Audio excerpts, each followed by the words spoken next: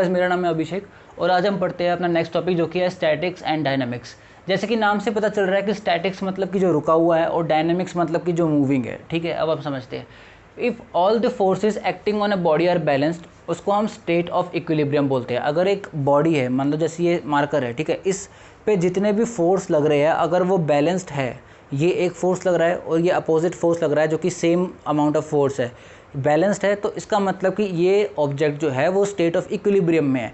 इसका मतलब कि means segment will remain at rest और यूनिफॉर्म मोशन। या तो ये सेगमेंट रेस्ट पे रहेगा अगर इस पर इक्वल अमाउंट ऑफ फोर्स लग रहे हैं अपोजिट में, ठीक है, या फिर ये ऑब्जेक्ट यूनिफॉर्म मोशन में रहेगा, एक्सेलरेट नहीं करेगा। एक्सेलरेट सिर्फ एक ऑब्जेक्ट तब करता है जब उस पर अनबैलेंस्ड फोर्स लगता है। ठीक है, जब तक बैलेंस्ड फोर्सेस है एक ऑब्जेक्ट पे तब तक या तो वो रेस्ट पे रहेगा या फिर वो यूनिफॉर्म मोशन में रहेगा। ठीक है, अब हम समझते हैं कि देखो, if forces aren't balanced segment will accelerate. वही चीज़ कि अगर फोर्सेस बैलेंस्ड नहीं है तो इसका मतलब कि वो ऑब्जेक्ट एक्सेलरेट करेगा। ठीक है, अब दो टर्म्स है, स्टैटिक्स और डायनामिक्स। ठीक है, स्टैटिक्स का मतलब क्या है? Study of conditions under which object remains at rest.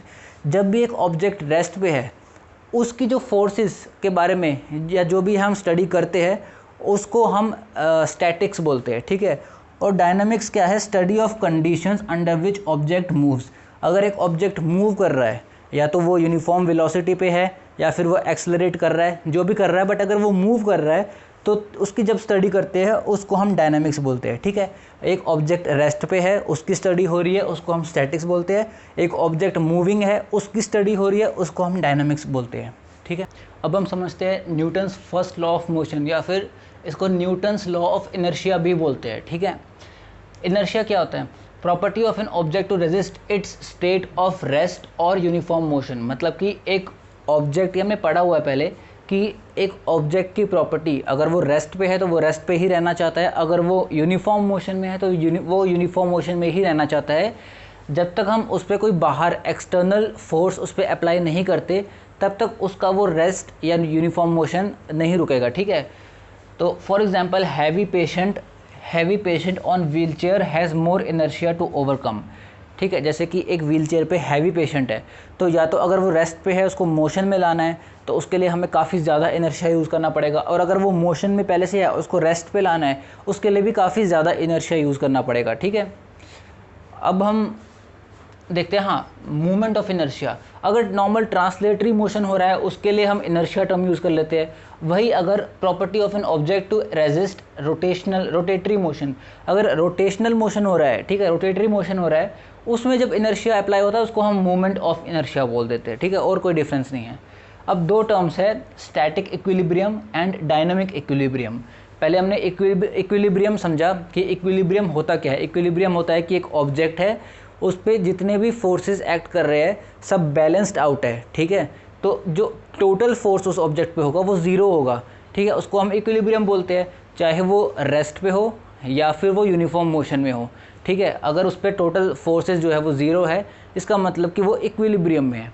ठीक है, अब स्टैटिक इक्विलिब्रियम उसको बोलते हैं जब एक ऑब्जेक्ट रेस्ट पे होता है और उस पर टोटल जो फोर्सेस लग रहे हैं वो ज़ीरो है। ठीक है, उसको हम स्टैटिक इक्विलिब्रियम बोल देते हैं।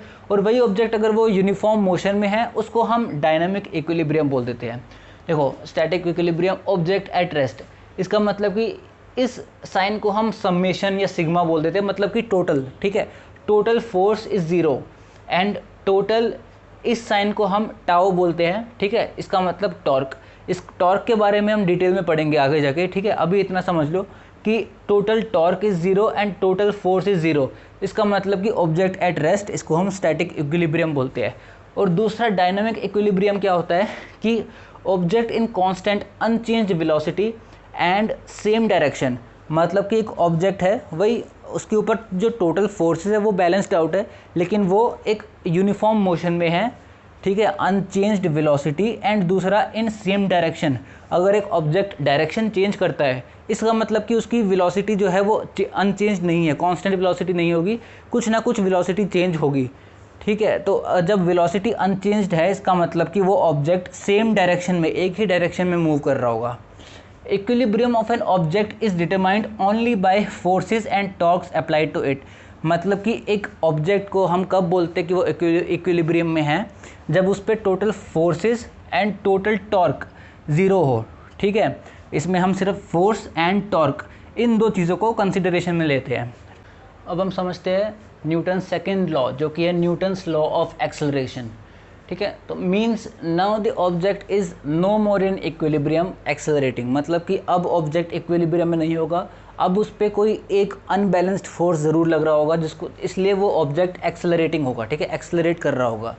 ठीक है, न्यूटन सेकेंड लॉ क्या बोलता है कि फोर्स, जो अनबैलेंस्ड फोर्स है, that is mass times acceleration. ठीक है, ये हमें पता है। दूसरा है कि टॉर्क, अनबैलेंस टॉर्क, हमने पहले डिस्कस किया था ना कि एक ऑब्जेक्ट के ऊपर वो इक्विलिब्रियम में है कि नहीं जानने के लिए उसका फोर्स एंड उसका टॉर्क जानना बहुत ज़रूरी है। ठीक है, तो इसलिए torque unbalanced equals to movement of inertia times angular acceleration. ये जो टॉर्क का जो टॉपिक है ना, इसको हम आगे डिटेल में पढ़ेंगे। ठीक है, अभी सिर्फ फॉर्मूला बता रहा हूँ, आगे जाके इसको अच्छे से पढ़ेंगे डिटेल में। ठीक है, if only one force is applied to an object, therefore total force is not equal to zero। देखो, अगर एक ऑब्जेक्ट है, अगर उसके ऊपर सिर्फ एक फोर्स ही लग रहा है, मतलब कि बैलेंस्ड फोर्सेस नहीं है। ठीक है, तो इसका मतलब जो टोटल फोर्स होगा, टोटल फोर्स ज़ीरो नहीं होगा, कुछ ना कुछ एडिशनल फोर्स लग रहा होगा उसके ऊपर।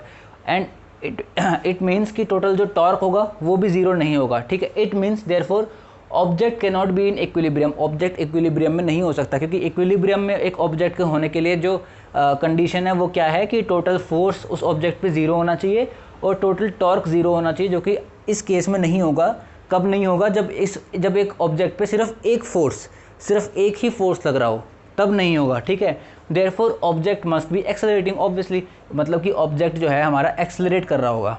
ठीक है, तो इसके साथ हमारा कवर हो गया पूरा ये टॉपिक। ठीक है, थैंक यू।